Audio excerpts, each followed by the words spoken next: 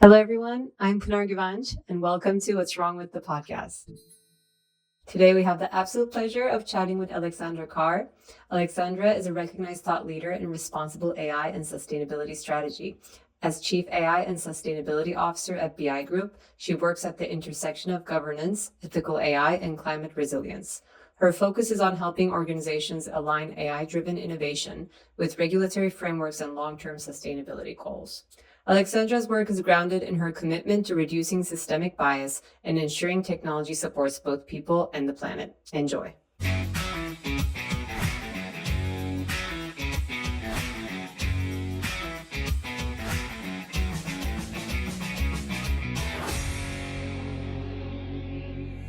Hello. Welcome to What's Wrong with the Podcast.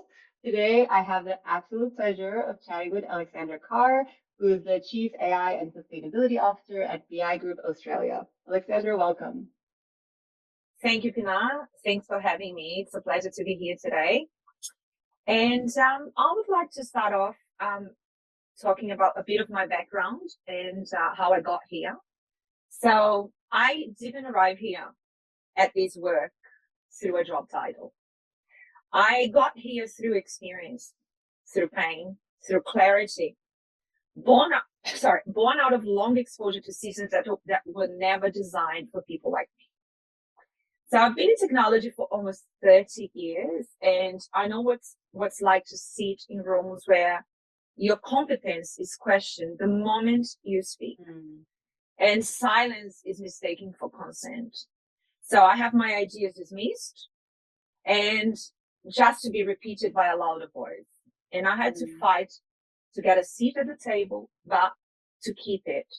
So for me, this is bigger than gender bias. It's exclusion, and it is built into the fabric of how industries work, how leadership is chosen, and how value is defined. So I began working with AI, and I immediately recognized the danger. If we're not careful, the systems won't reflect the world that we live in. They will entrench it, and they will fossilize discrimination into code. So I have lived this too long to let it happen. And I decided, okay, this is my turning point. That's when responsible AI, for me, stopped being an interest and became a mission. And the story doesn't start with AI. It starts much, much earlier. I will just talk a little bit about my childhood. When I was 5 years old, I told people, I want to be an ecologist. I didn't know the vocabulary. I didn't know how to spell ecologist. But I knew to me that Earth, the animals, they really mattered. And I just felt in my core that, something started, within me when I was a child. And that longing was always there. And one day I went to Africa and I walked the dry savannas of Africa and I listened to the winds across the Tanzanian plateau. And I felt that voice was well and truly alive within me. And that urge that I've always had to protect, to restore, to repair. So I began to ask questions that changed everything for me. So how can I bring together these two parts of my life? My understanding for technology and my lifelong commitment to life. And I said, okay, for me, AI can be a force for restoration. It can accelerate inequality, but it can become a tool for justice, for decarbonization, for governance, for equity. So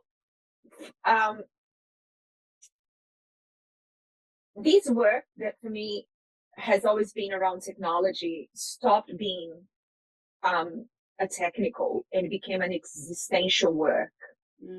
And I said, how can I do something to bring together my lifelong experience with technology and my innermost desire to protect the planet? So my previous experience with technology, I didn't come to responsible AI because I thought it was fashionable. Mm. I spent decades surviving systems built on bias and fighting for credibility all my life, for visibility, for space. So in meeting rooms, in the hiring process, in leadership decisions.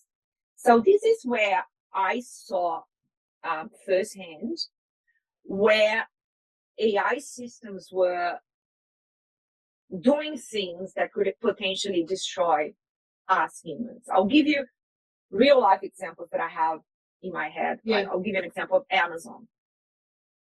So if you heard of what Amazon was doing with their AI hiring model, so women's CVs, they were, if they found it was a women's CV, they were ranked lower in the hiring process. Same with Facebook. They had ads, and those ads they were showing high-paying jobs to men and lower-paying jobs to women. This is purely based on data, history data that was fed into the system. Another one, which there was a lot of controversy, it was in the news, which is the healthcare algorithms in America. They were prioritizing white patients for care. And there is another system in the US courts, which is called Compass. This is all wide available data. And Compass, they flagged Black defendants as high risk twice as often as white defendants, regardless of real failing data. Right? This is real. This is real information. And another one, which is a little bit back, was Microsoft had a chatbot called Tay, T-A-Y, and it was trained on Twitter or X data. So within hours of being plugged in, it became sexist, racist, conspirational, and it didn't break. It was not a broken system. It actually worked the way it was designed to work, reflecting the data that it was put into the system. So this is the reason I came into responsible AI. I saw all of that happening, and we've mistaken correlation for fairness, volume for truth, and performance for intelligence. And this is how I said we need to do something. That's not responsible. That's systemic bias on autopilot. So we are creating systems, and they are just performing as they were supposed to perform. They're reflecting reality, right? Yeah, I think that's the most interesting aspect, right? Like, it's not that we didn't have these in our societies. It's just AI became this incredible mirror, really just because it scrapes from all the corners of the internet, like whatever data was available out there, showing us what we need to work on, and work on fast, right? Like it was very interesting. So, if I actually look back and think, why am I doing this? And so I've taken all the discrimination I've experienced as a woman in technology and my desire to do something around the lines of sustainability. And what am I doing at the moment? I'm not only raising the responsible AI flag, I am building multi-agent systems. We call agentic AIs. And agentic AI and what we call autonomous agents, they challenge, I'm creating systems and I'm helping. I have a very strong participation in the design of the products, and those AI agents, they challenge each other. So no one model gets the final say, right? And we are doing things to mitigate the risk of wrongdoing, right? We are putting human beings first. So we're embedding real-time justification into outputs. We we not only we audits after the fact, but we do explanation on why the decision happens. So it's very interesting. I will really definitely want to cover the exciting things that we are doing at the I Group and the products that are currently being built to automate this whole process of responsible AI, ethics, security, governance, as well as using AI to drive sustainability, right? Much more than the ESG, the glossy, I call it glossy ESG reports, right? You're publishing the data. You're talking about carbon offset because you're planting trees, but there's no proof that you're actually planting trees to actually offset your decarbonization. So I am integrating human accountability into every layer. So the expression that we call human in the loop, we're not using that as a decoration, but we empower the decision maker. And humans have to be not only in the loop, they have to be across every single step. So bias as we see in responsible AI systems, they're not a bug. They are a design flaw. We are designing systems to behave like that. So responsible AI isn't about being ethical. It's about being deliberate, disciplined. We need to audit. We have to be safe. So the systems that we are currently building, they know why they made a choice. We have traceability. We have something called explainability. So the cost of getting it wrong, it's not theoretical anymore. It's an opportunity. You are putting someone's dignity and someone's life on the line, right? And we have seen that. So this is the part of what I see as a responsible AI issue. And for me, the sustainability, right, where the problem is another part of the issue that we have. As I said to you, sustainability was not a professional lane for me. It was my childhood calling. It was this visceral truth that I had within me. And when I traveled to Africa, I saw what the lack of sustainability of what we are doing with our planet. I saw the reality of things that when we live in societies like Australia or America, perhaps we don't have the exposure to things that if you go to Africa, you can see. So I saw the resilience of people who live in direct relationship with the land, with devastation, desertification, drought, resource extraction wrapped into diplomacy. And the climate collapse isn't coming. It's here.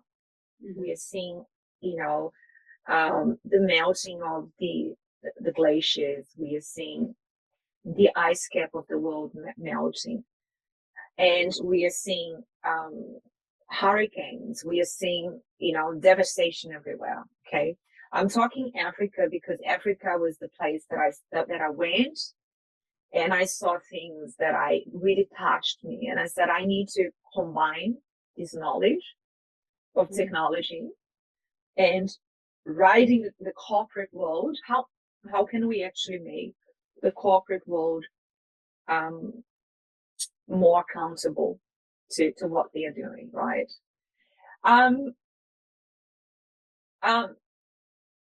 So sustainability, what I would like to do, if I bring that sustainability part of the world to the corporate world, I hear the net zero pledge, right?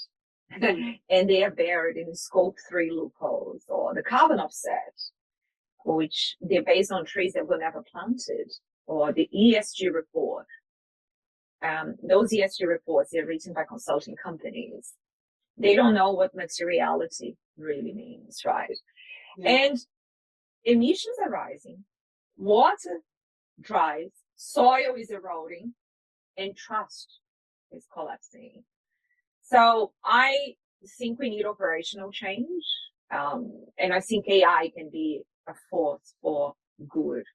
We can do better things. We can use AI in a very positive way. We can do waste management. We can do smart buildings. Mhm. We can do, in mining, we can flag safety. We can minimize ecological impact. We can manage water usage. In transportation, we can optimize routes. In heavy industry, and pharma and chemicals. I think if I can mention companies that are really on the right track and I hear the stories, obviously, we are all work in progress, but I hear about Siemens, I hear about Unilever, and I hear about Maersk, the shipping company and logistics company. So it is interesting. What we are doing in the I group, we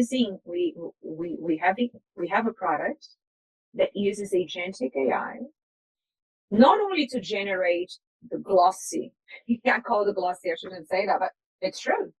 The ESG reports, but we are creating AI systems to audit the operational pathways of these companies.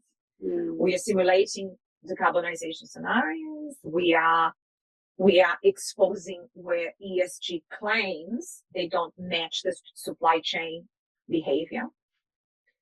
So we are building systems that are not masking reality. Right. They flag. They say whatever the agent's recommendation is violating the sustainability threshold or reroutes accordingly. So it's not about creating this, not sugarcoating reality for those big organizations. It's really pointing, what can I do better? And this is what one of the products we have is agentic AI for sustainability, which is much more than creating annual reports. Especially if you look in Europe, we have CSRD. It's one of the compliance reports that you have to produce if you are a company running in Europe. So this has to be part of your annual report. And it's much more than masking numbers to produce those compliance reports that have to be in companies' annual reports, but it's really about criticizing the system and making things, giving auditing operational pathways on how we can really have sustainability working. Yeah. Go ahead. Sorry. You finished and then I'll reflect on some of the things you shared. That didn't mean to interrupt. No. Oh. I want to hear you. I want to be the only one talking. I'm very passionate. Yeah, no, which is amazing. And I just wanted to reflect on a few things that you were sharing, which is I think great for everyone to hear. Like obviously with agents, AI agents, there's so much hype around, agentic workflows, and I've heard people, like fantasizing about A to A business models and as if that's not going to like touch upon or like impact any of the systems we have in the world. And and it's generally the conversations around is like the replacement of the work, right? But not holding humans accountable. And I think this is the reframing or mindset, because I do identify as an AI optimist, but I'm a cautionary optimist because with every virtue there's a vice. And I feel like the direction that we're like driving AI to is more leaning towards the vices. And actually, what you said around like how do, first of all, agents kind of like check each other, but also there is a human accountability element to all of that, because in the end, the problems that we're trying to address in the world are highly complex, and we do need all the intelligence that we can get, whether human or artificial intelligence we have at the plate. So I think that's really good to kind of like have a discussion around, because we don't also want to, because then what happens, what I see is people who are very cautionary and responsible and care about the world, then there is this like automatic rejection almost at some point or AI tools or agents because of fear of what's going on, and especially what we see, for example, in the US a lot. But it's very important to kind of highlight the positive use cases. And what you said around it's not masking reality, it's flagging actually what's going on, like building those models, building those tools. Because I remember Max Tegmark was at MIT and runs Future of Life Institute, talked about, reinforced learning that is happening with like models. And he was saying it's like going, like telling a serious killer to not tell people their murderous desires, right? Like he's like, just, you are what you are, just don't tell it to humans. So I think how do we have all this like capability and tools and technology that we have and use it for the good? And I think going back to even like all the benefits you talked about around what could happen in sustainability and addressing these environmental issues, people do talk about which is reality, and we should talk about it, right? Like the energy consumption and water usage around data centers and how it's also detrimental to the local environment. But how do we also think about, well, how can it give back more, right? Like, what if that's not just the only, or how do we make that more efficient in itself and not just canceling? I feel like we need to belong in a camp. And so we either become pro, like tech for tech's sake and woo agents, or we're like anti AI. But I think we need to like reframe all the things that you're talking about. So I'm curious to hear your thoughts around, like, obviously the bad case examples get a lot of bad rep, which we should obviously raise awareness in them. But are we doing enough? Like the work you're doing at BI Group is very interesting, and are we doing at a global scale these more almost like design thinking, right? Of how might we use it for the good? Like, I would love to get your thoughts on that and what you observe in the industry. I just, as I was listening to you, I was just pinpointing lots of things in my head, and we can really talk about these, and it's so exciting that we're having the opportunity to really share our perspectives in those topics. Let's talk about the workforce. I think it's part of that human insecurity, right? What's going to happen to my job? Yeah, I am an optimistic, right? I am, because I work with technology, and I don't think what we are doing is the technology to blame. It's how we are designing those systems. Yeah. And if I think about what's going to happen to the workforce, I think as with, the history of humankind, we evolved, right? We've gone through evolution over time, and I think we're going to have new ways of working, and we're going to reinvent ourselves. And this is evolution, right?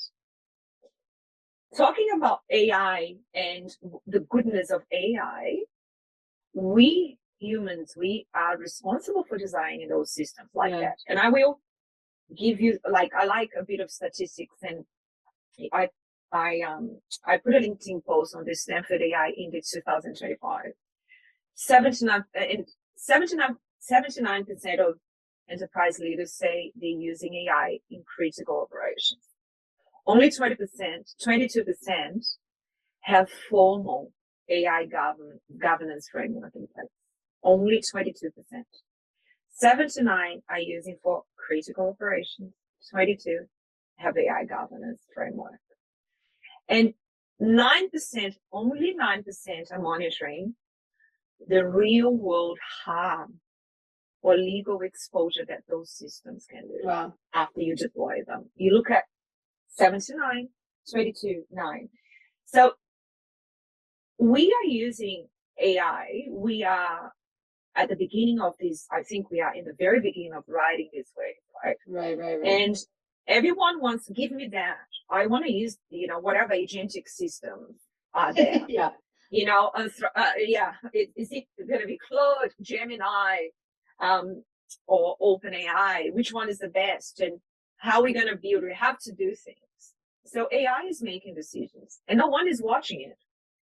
And if you look at where we are today, most organizations are flying blind. And I am an optimistic, and I think knowing and having awareness of the problem is the very first step to rectifying these problems and putting us in the full benefit of AI.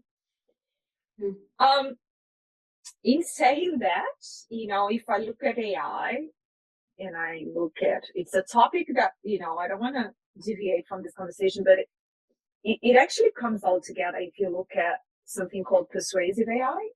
I don't know if you have heard of persuasive AI, and there is a Stanford professor called BJ Fogg, and he was the one who created the persuasive technology term. He crafted that, he coined this term, and he was the one who, back in the day, not long ago actually, he created that. And if you look in the internet, it's very hard to find that, because I think he's a little bit ashamed of what came up. Yeah. And this is where companies like Facebook, all those social media apps, they create this addictive behavior, right? I think there is the element of knowing what technology is up there, what's the goodness. You can actually create something amazing for humanity, but you need to have the awareness of what can go wrong, including how many of us, seriously, we are talking AI here, but how many of us, you go to a restaurant and you see a couple, and I get really shocked when I see a couple when each one of them is actually looking at the screen. Yeah. And if you look the way AI is behaving, there is that element of the dopamine addiction that we're seeing, and simplification within the boundaries of, keeping human beings in charge. It's a very long conversation. We can really cover a 360-degree view of this. But what we're doing in what I see, like agents approving insurance claims, recommending treatments, hiring and rejecting candidates, and triggering cold deployments, and simulating the war game scenarios in defense context. This is quite scary. But when I look at all of these, I see an opportunity of doing something better. And the way I'm building, we are building products in BI Group, and one of them is the Responsible AI Blueprint. The Responsible AI Blueprint, we actually use agents, and we have multiple agents, including agents to audit agents. And one of the things, I can really talk about the product, because I am a technologist by heart, right? If I look back in the day, I was a software engineer.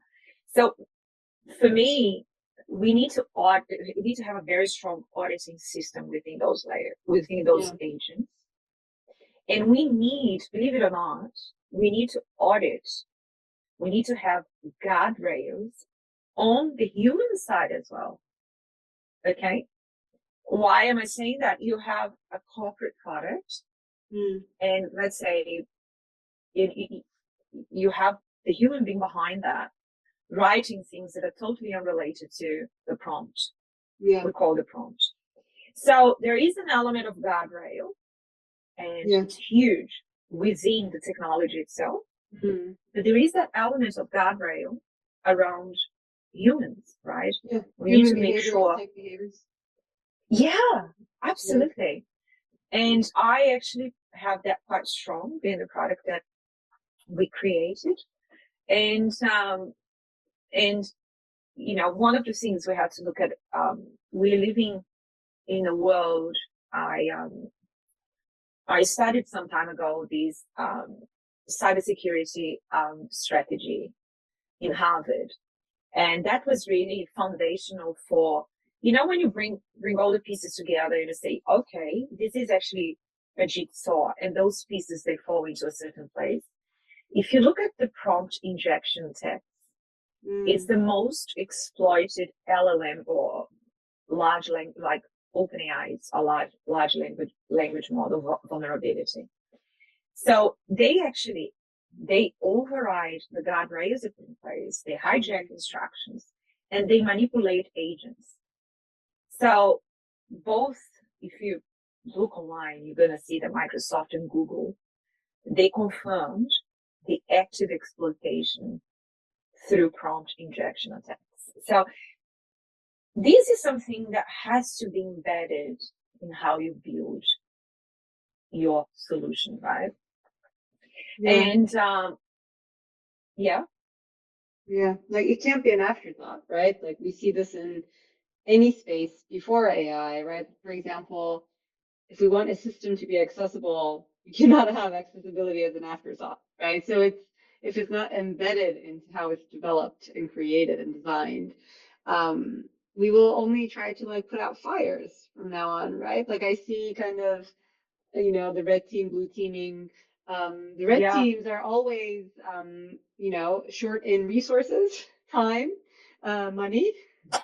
Yeah. And so we will always fall behind, right? Like, and I'm very, and you talked about kind of the development process, like how you're actively engaged. I think there's a general, like, even going back to earlier what we were talking about, how we work, right? And in this case, how we develop the tools, we really need to shift the way we are developing. What does that process look like? And I mean, I'm not optimistic when it comes to regulations and policy around this space. I don't think it's coming anytime soon in this country, at least. And for that reason, I feel like we are in an era where companies and professionals need to kind of look at their own, like, well, what can we do within our own systems? And we can still, like, I mean, in a capitalist context too, you still may need to reach your deadlines, create products, right? So, but how do you become more responsible? Like, that's why sometimes I like reframing, like, let's not say responsible AI as if AI is going to go and be responsible on its own. Let's talk about AI and our responsibilities. That's right. There's something everybody can do, right? Like in that process, even if it's small steps. And hopefully like that shift in like those micro shifts in any organization that can have huge impact.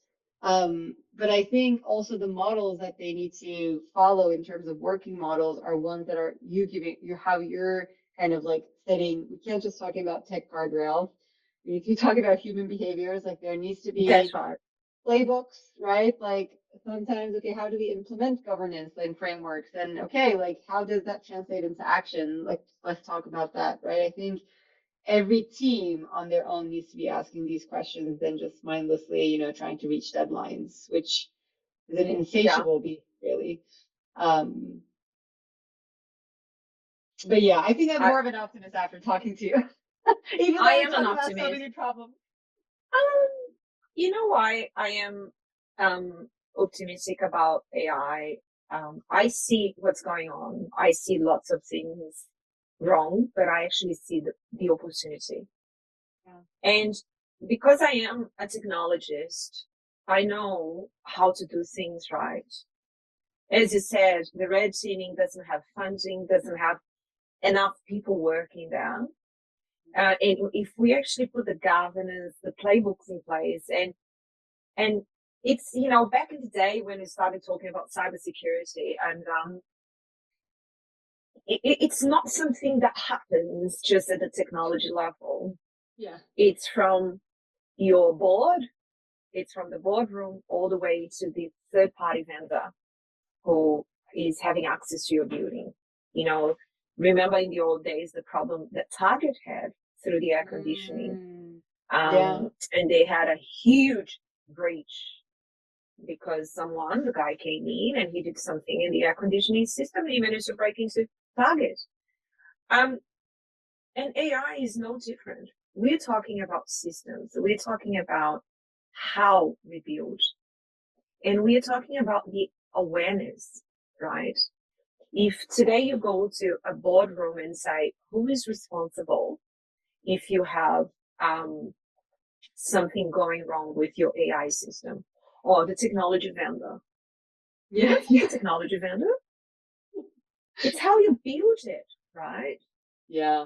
And this is abdication. We are not looking at the responsibility.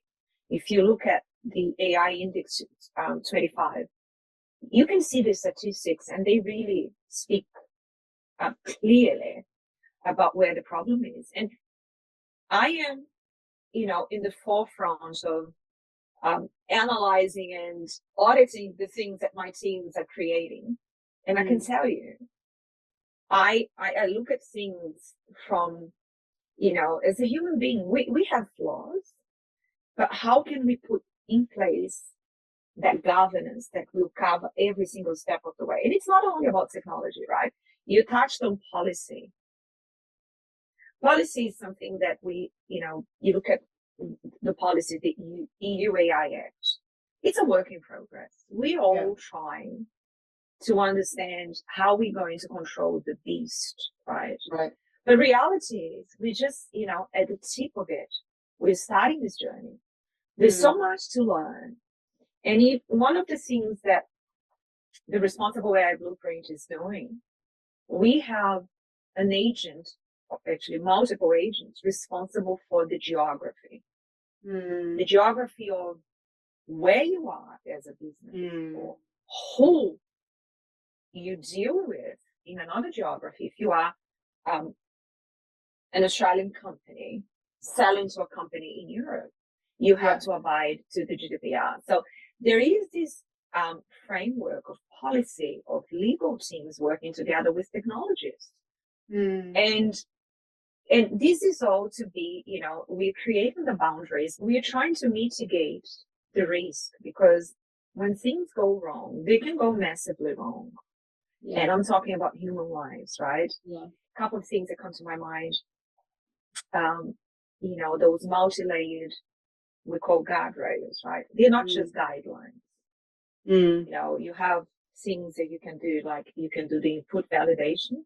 Data is absolutely vital for anything you do. You have the role-based access. So you create roles within agents. They don't have access to what doesn't need to have. So every single output has to be to have very hard thresholds. We need to have an escalation logic. So if you have to stop an agent, you need to put a full stop in it. You need to route the problem to humans, and we need to trace everything back, right? The explainability, traceability. So I look at agents that not only they are doing things, but they have to justify the action, what data, what was excluded. If you are going for this option, have you excluded to come up with an option? What were the assumptions the agent was using? And who could be impacted? This is very, very important. It's important to have, you need to be able to, and you need to test your system. But it's not on an annual basis. You have to test monthly. We need to simulate attacks, inject hallucinations. We have to probe for failures. And we need to treat those AI agents like adversarial infrastructure, because they can really cause a lot of harm, right? So, this is, things about, red teaming. We need to have immutable audit trails in place. We need to, every action that happens has to be logged, time-stamped, version controlled. We're talking about a very rigorous approach to everything those agents do. Yeah. We need to be able to map that AI, what that agent is doing, that specific model is doing against API routes. APIs is how you connect to other systems. And everything has to be stored securely. If you ever have something happen, you need to be able to trace back. You need to put a stop to it. Yeah. And the human escalation has to be real. You need to have a product owner and that person has to be designated to being the product owner of whatever AI solution you're building. You know, you are the product owner. You are the one who knows all the ins and outs, who is involved, who is the legal, who is the operational person, who is the ethics person. And you need to have a kill switch. You know, if disaster happens, you need to be able to stop it. You need to have,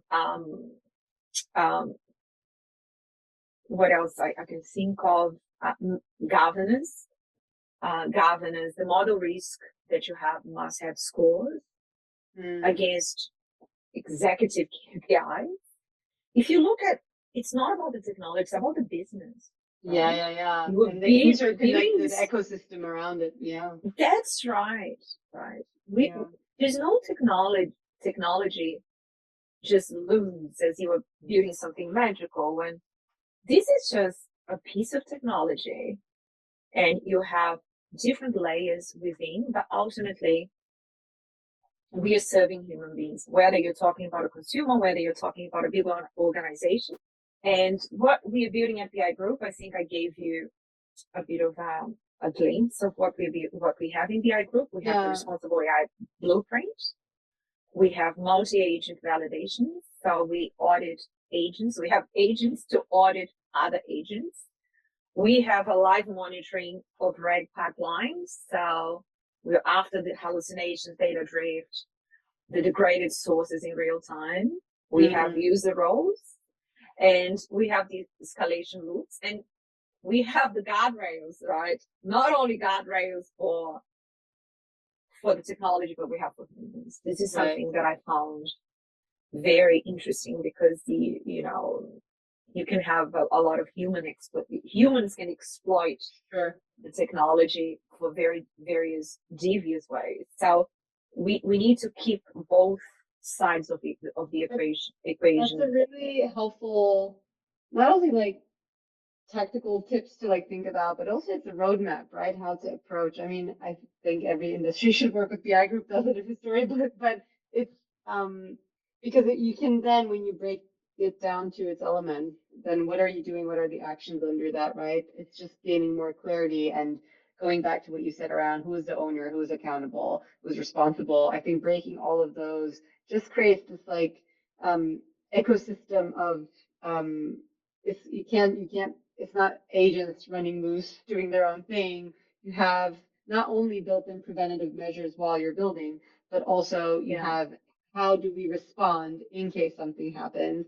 So it's both before and after thinking as or speculative thinking, as well as consideration of all stakeholders, and whether that's the business people, the geographies you mentioned. So I think that's like immensely helpful, like thinking in just this space in general, right? And I almost feel like sometimes, when you go to conferences, when there's like a bunch of AI panels, the least attended ones are around like governance, ethics, responsibility, and the tech for tech's sake, like the hype, it feels like Star Wars, the audience is hyped, like they're just, and then so I'm kind of, and this is like me getting to beyond governance, like talking about these actions and how that might show up. I think it's more interesting because I think we need to make these conversations more relatable. We need to excite more people about it. I sometimes say like the sexy part of AI needs to become this, like how do we do that? So we need to bring like storytelling brains and design thinking brains into this piece to kind of really elevate the conversation. But it's so helpful to like openly talk about, it's not all, dead end, or governance is not just like big blanket statements, right? This is what it could look like. This is what this is how guardrails should be. So it was very helpful for me to also, just, like, I feel like I have days on, I'm an optimist, but some days it's hard to be an optimist. So this was a very helpful conversation for me for today. Yeah. I feel like, I was going to say, like, what is your list of advice? I feel like everything you said in this like podcast has been like advice on what to do. But one thing I also noted for myself, for like everyone really, what you said, obviously there are a lot of scary stories and, case studies and things happening. but you said, I don't panic, I do something about it. And I feel like that is kind of the takeaway I want to have in this from this conversation for like as the call to action and the main advice, because there's always something we can do. And to your point, technology is not this third party thing controlling us. We're creating technology, so we should feel empowered to do something about it. Like I said, I feel like we can talk all day. Yeah, I feel you and I can talk. That's something that I have to say. I had this immense pleasure of being here with you, and I want to thank you for bringing these podcasts to the world. And I want to be part of that tribe that believes that we talk about the things that no one wants to talk. And What's Wrong With is an amazing name. And I don't see the wrong with. I see, we say, we acknowledge, we have the awareness, and we are in a much better position of doing much better than we are doing now. We are all work in progress. I'm an optimist, and I believe the future is bright, and we just have to believe, and we have to do something about it. Yeah, thank you. Thank you for, at times where my optimist side might go to sleep. Thanks for awakening it. And it was such a great pleasure. Thank you for joining us. Thank you so much for watching this week's episode. If you found value in these conversations, please like our video and hit the subscribe button. Make sure to visit our website, podcast.what'swrongwith.xyz, and subscribe to the show on Apple Podcasts, Spotify, and Google Podcasts so you never miss an episode. Please leave us a comment or review, or you can simply tell your friends about us. For more details on our guests, follow us on Instagram and Twitter. You can find our handles in the description below. And don't forget to join us next week. See you.